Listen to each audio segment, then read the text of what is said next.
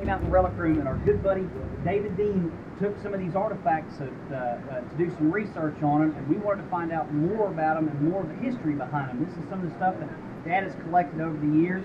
And David does archaeological work for the state of Tennessee, and he went down to the University of Tennessee today to check out some of these artifacts and to see what more science can tell us about these pieces. David, tell what they find.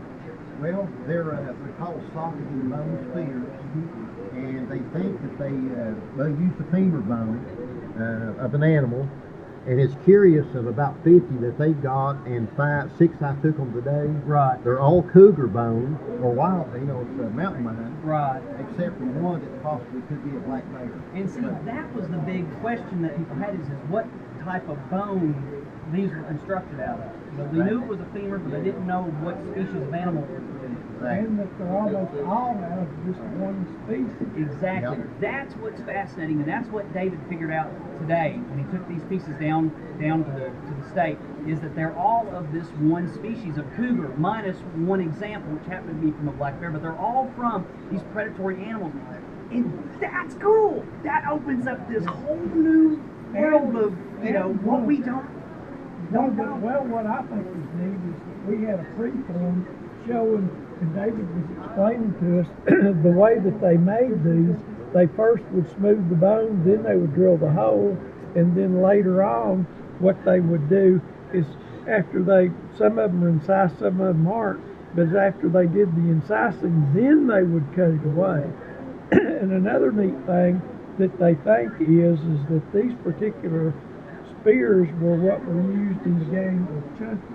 Right. Chunky is the game where you see the discworld about this size. Right, the Spanish were the first Europeans to record the actual practice of this game. It was where they had massive cords and they would roll this disc-shaped discworld rock around. And the question has been is what are the particulars of this game? And Dad, yeah, because in the Spanish chronologies that you could read if you go to Seville and you read some of the Spanish histories, they describe this game as rolling of a stone object and then using these spears to chase it with, and then ultimately throwing these spears where this discworld would land, and they would gamble their PPs, their everything on the outcome of this game of Chunky.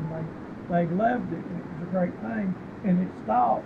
When you look at these spears, there's two different types. This one's definitely pointed, and this one is rounded, and they think maybe that the rounded types might have been used when the disc is rolling to go inside these discordals and kind of edge it along and then throw it, where maybe a pointed type was strictly just used when the thrower threw the disc and then where they put it.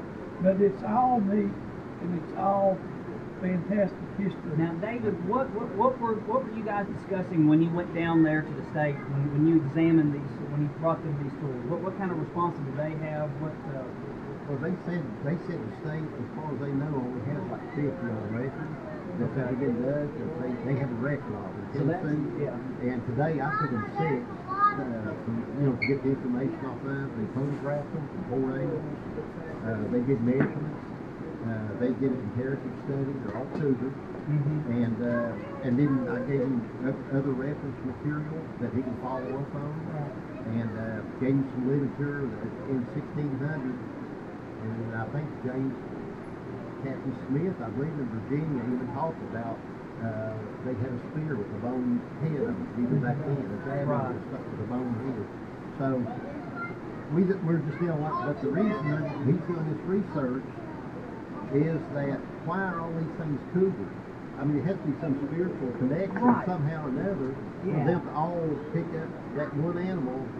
You know what I mean? And see, that's the fascinating thing is that they are all of this one species except for one example, and the other example is of a bear, and that's another predatory species. And to be able to, for collectors to work with archaeologists, and for archaeologists to work with collectors to take what's already been discovered and to add more to the science behind it, and more to our knowledge of the prehistoric past, that's awesome. Yeah. So I was psyched to figure out that all these are Cougar. That's East Tennessee. That's That's And cool, man. And the cougar is an animal that if they were going to go on some kind of spiritual, I don't know if this had anything to do with that, but any kind of a vision quest or spiritual quest they went on, they try to take a totem animal, and the cat was number one. They wanted with him because he was the best protector. So somehow or another these things could be used for some spiritual connection. We don't really know how. And see, here's another thing also is that you got to keep in mind we're studying the Stone Age past, and that is the only artifacts that remain from this past are stone artifacts. It's very rare that perishable artifacts like bone and wooden artifacts survive. So we really don't have that deep of an idea into the mindset of the prehistoric past, other than looking at stone tools.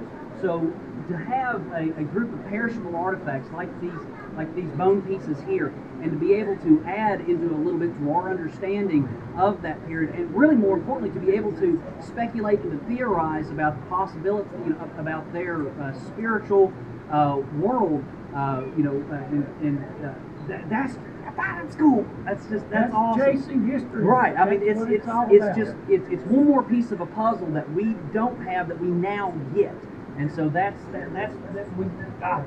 Thank This you, is awesome, David, David. too, I appreciate for it. taking, Yeah, thank taking you the very time much and for effort putting stuff to down. help Thank us, you. because David's a renowned professional archaeologist, and hey, in my book, you're a professional. So anyway. If you want to check out our other YouTube videos, go to Chasing History. We've got great episodes with David explaining everything from how to identify a Native American site to some books that he's working on.